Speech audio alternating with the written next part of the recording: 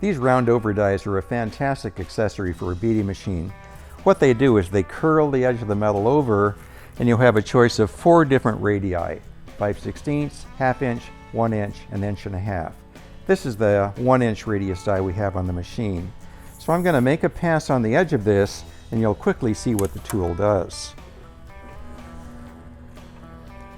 There's a stop built into the lower die, and as long as I keep the edge of the metal tight against that stop, it makes a beautiful consistent radius. Precisely a 1 inch radius.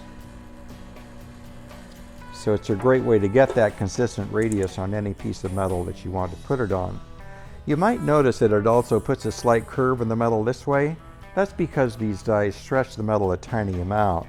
So if your goal is to have a straight piece of metal, or to give it more curvature in this way, like you would use for a wheel well or something, we can shrink this edge, and you can pull in either a straight edge or keep going and give it more curvature if you want. So this is another case where the backstop is very, very helpful. So you can see I've taken all of that curve out and actually given it a slight amount of curve in the other direction. Let's give it one more pass. And the more you shrink it, the more curl you get in the other direction.